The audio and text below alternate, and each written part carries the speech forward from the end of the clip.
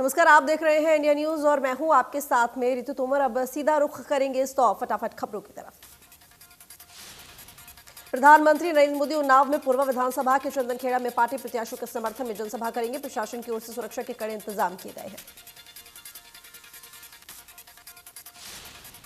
उत्तर प्रदेश में 16 जिलों की 59 सीटों पर वोटिंग जारी है। इन सीटों पर 627 उम्मीदवार चुनावी मैदान में हैं, जिनकी किस्मत का फैसला 2 करोड़ 15 लाख से ज्यादा मतदाता करेंगे। उत्तर प्रदेश चुनाव के लिए मतदान प्रक्रिया सुबह 7 बजे से शुरू होकर शाम के 6 बजे तक चलेगी। कतार में खड़े हर मतदाता को वोट डालने का मौका मिलेगा।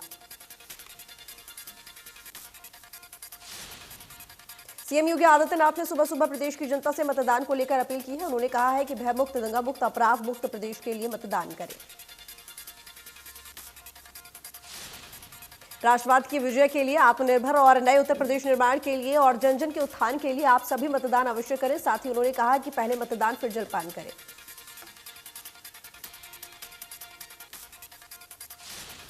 पंजाब और उत्तर प्रदेश में विधानसभा चुनाव के लिए वोटिंग जारी। इस बीच पीएम मोदी ने मतदाताओं से बढ़ चढ़कर मतदान करने की अपील की है। कासगंज में मतदान के दौरान सुरक्षा व्यवस्था में 45 कंपनी अर्धसैनिक बल और 2 प्लेटून केंद्रीय पुलिस बल के करीब 4,550 जवान लगे हैं। 2 कंपनी पीएसी के करीब 150 जवान कानून व्यवस्था में रहेंगे। इसके अलावा सिविल पुलिस के 80 उप निरीक्षक, 2000 मुख्य आरक्षी और 2200 होमगार्ड सुरक्षा व्यवस्था में लगाए गए हैं। पंजाब विधानसभा चुनाव के लिए आज मतदान हो रहा है। राज्य के 117 विधानसभा क्षेत्र में सुबह 8 से शाम 6 बजे तक मतदान जारी रहेगा।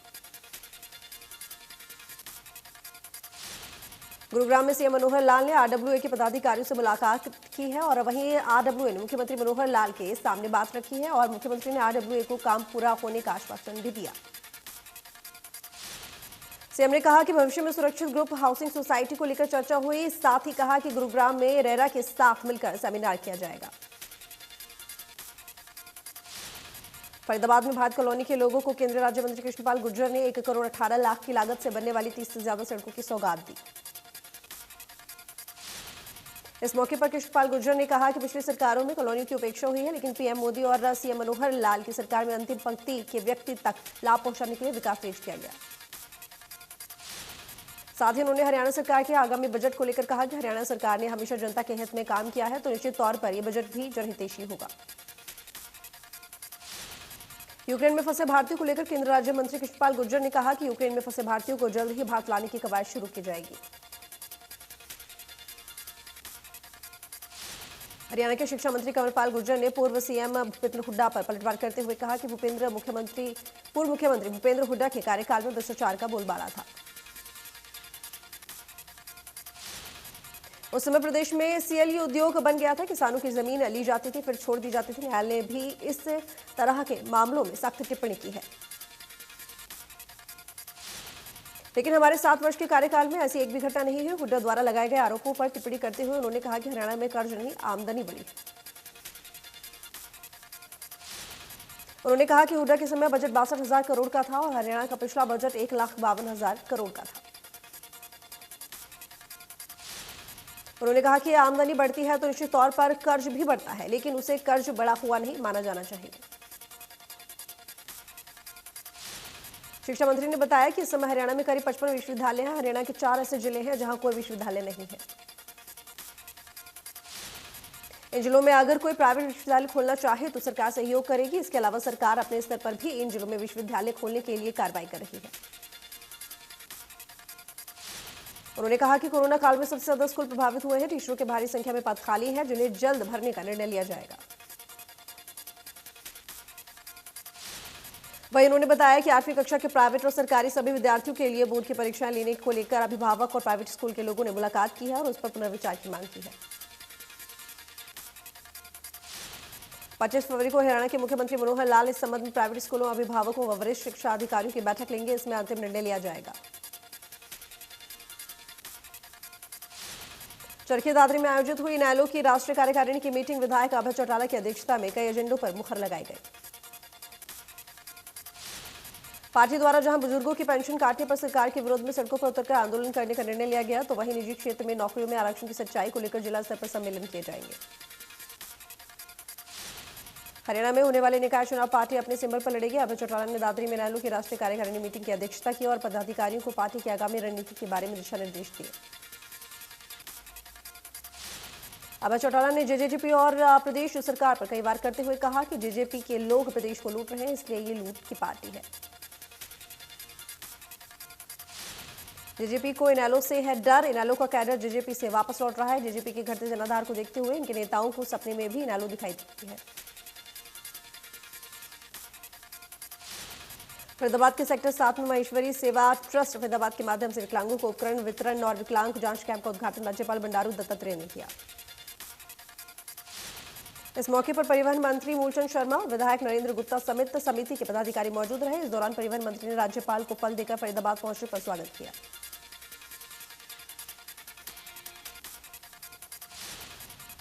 गुलाचीका में 5वें सामूहिक विवाह समारोह का आयोजन हुआ, जिसे श्री माता वैष्णो देवी अंतर्राष्ट्रीय ट्रस्ट करवा रहा है। अग्रवाल धर्मशाला में 11 कन्याओं का विवाह कराया गया। बीजेपी विधायक ईश्वर सिंह समारोह में शिरकत करेंगे। हरियाणा में आने वाले बजट को लेकर व्यापारी वर्ग काफी उम्मीद लगाकर बैठा हुआ है। हरियाणा सरकार इस बजट में व्यापारियों के लिए कुछ राहत प्रदान करेगी।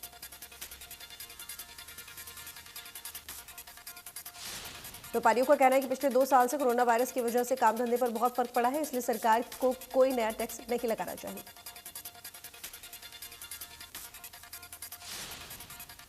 महंगाई पर भी लगाम लगानी चाहिए। उनका कहना है कि सरकार उनको कोई ऐसी राहत दे जो दुकानदार पिछले 2 साल से परेशान है, उनको कुछ आसानी हो सके।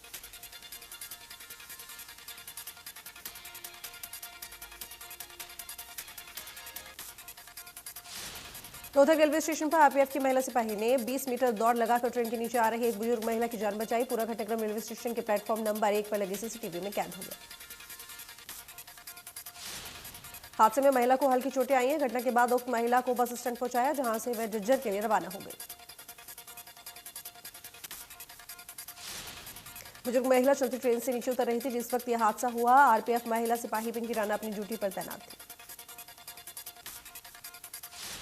सोनीपत में महारा गांव की सरकारी अनाज मंडी में फेड के गोदाम में सीएम फ्लाइंग ने छापेमारी की। इस दौरान 3 कर्मचारी मौके पर गेहूं की बोरियों पर पानी छिड़ककर वजन बढ़ाते पकड़े गए। गुरुग्राम के खेड़ के दौला गांव में कई प्रदेश के अहिर समाज के लोगों के साथ अनिश्चितकालीन धरने पर बैठे संयुक्त अहिर रेजिमेंट ने सत्ता पक्ष और विपक्ष को चेतावनी दी है। संयुक्त अहिर रेजिमेंट ने कहा, संघर्ष में साथ नहीं देने वाले राजनेताओं का बहिष्कार होगा। अगर कौम का हित चाहते हैं तो संघर्ष के प्लेटफॉर्म पर आना होगा। फरीदाबाद में अंतर्राष्ट्रीय सूरजकुंड हस्तशिल्प मेला आगामी 20 मार्च से लेकर 4 अप्रैल तक लगेगा। इसको लेकर मेला प्रशासन की तरफ से तैयारियां शुरू कर दी गई है।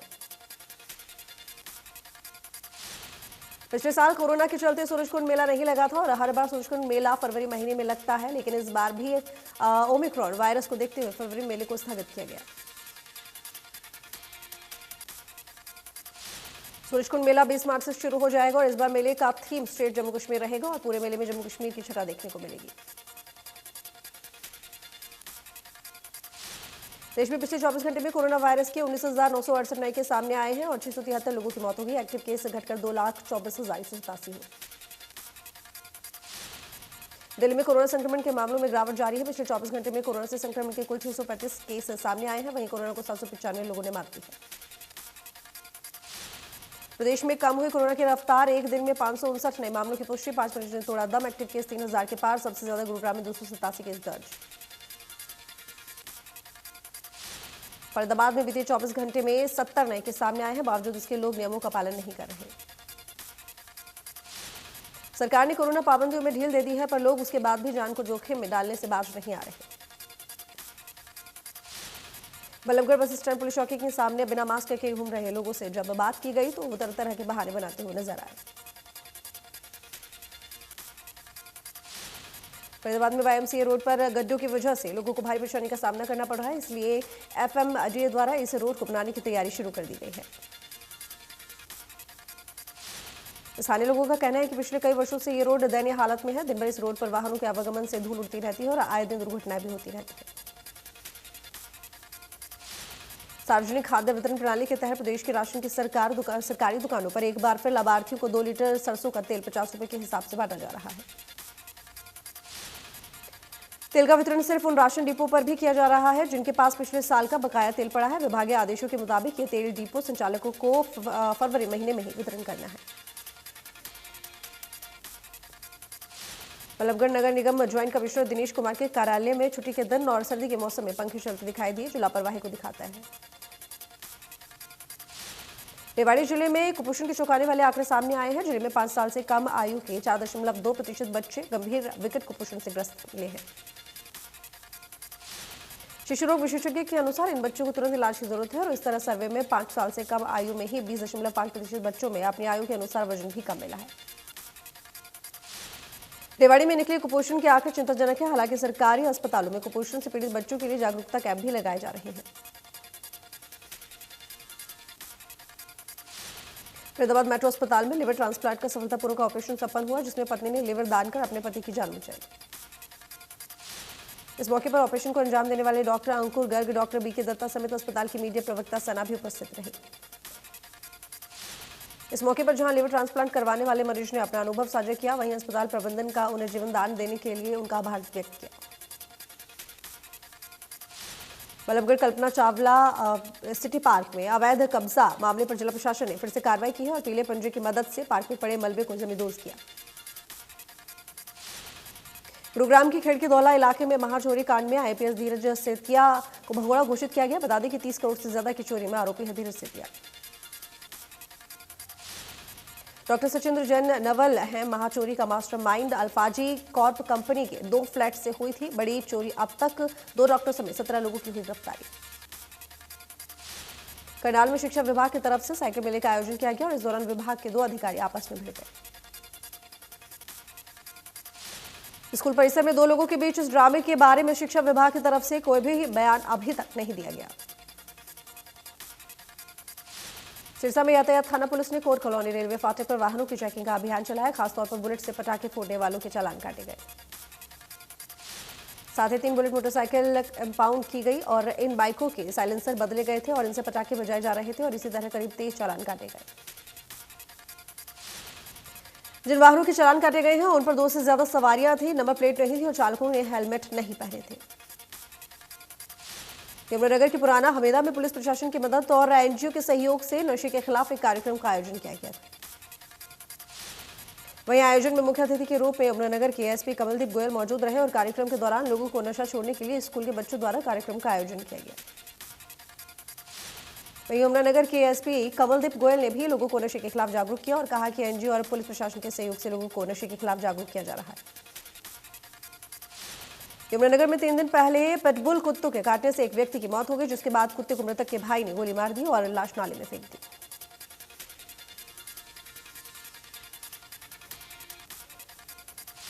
वहीं घटना की जानकारी लेने पहुंचे 2 पत्रकारों से भी मृतक के भाई द्वारा मारपीट की गई, जिसके संबंध में पुलिस ने मृतक के भाई सेवानिवृत्त फौजी जसविंदर सिंह को गिरफ्तार कर लिया है।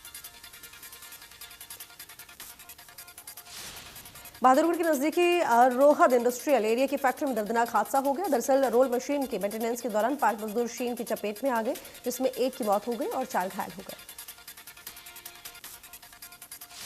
फतेहाबाद के सिरसा रोड पर एक तेज रफ्तार कार खंबे से टकरा गई। इस दौरान कार बुरी तरह से क्षतिग्रस्त हो गई। कार में बैठे 5 लोग घायल हो गए, जिन्हें फतेहाबाद के नागरिक अस्पताल में भर्ती कराया गया।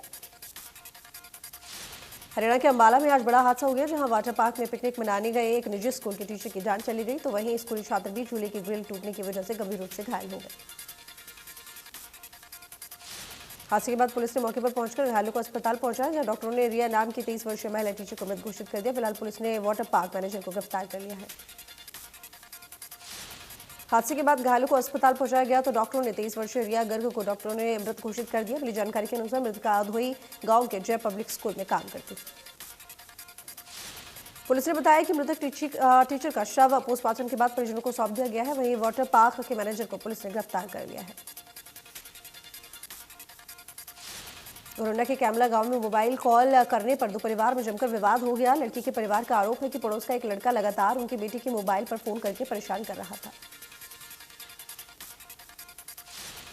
जब वे उस लड़की की शिकायत लेकर उनके घर गए तो लड़के के पिता ने शिकायत सुनने की बजाय उनके साथ मारपीट शुरू कर दी। वहीं लड़के के परिवार का आरोप है कि मोबाइल कॉल लड़की द्वारा की जा रही थी।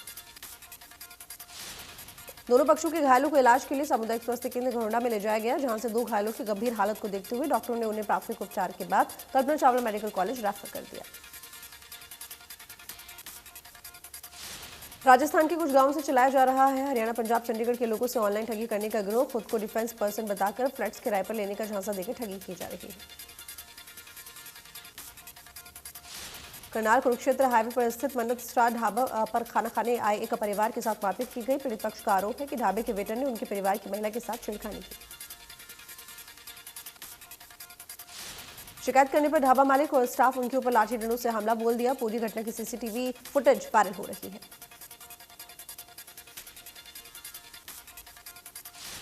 हाईवे पर स्थित गांव समाना बाहू के मन्नत ढाबा पर 13 फरवरी देर रात को रवि अपने परिवार और अपने पारिवारिक मित्रों के साथ यहां पर खाना खाने पहुंचा था।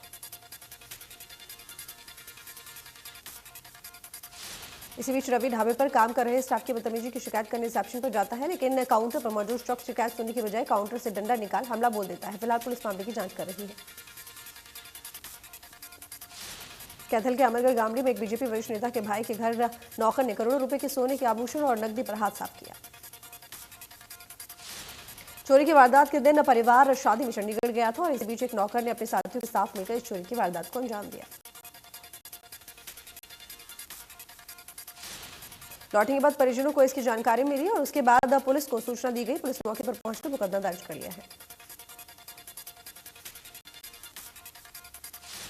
पलवल में खुद अपराध जांच शाखा पुलिस ने अवैध रूप से गांजा की सप्लाई करने वाले 2 युवकों को करमन बॉर्डर पर गश्त के दौरान गिरफ्तार किया।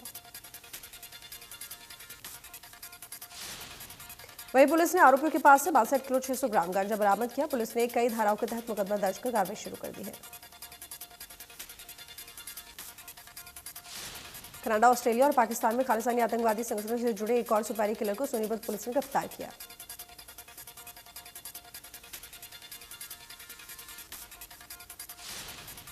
जिनको पुलिस पंजाब के विभिन्न स्थानों पर लेकर जाएगी ताकि पंजाब में छुपे खालिस्तानी संगठनों से जुड़े लोगों की गिरफ्तारी हो सके।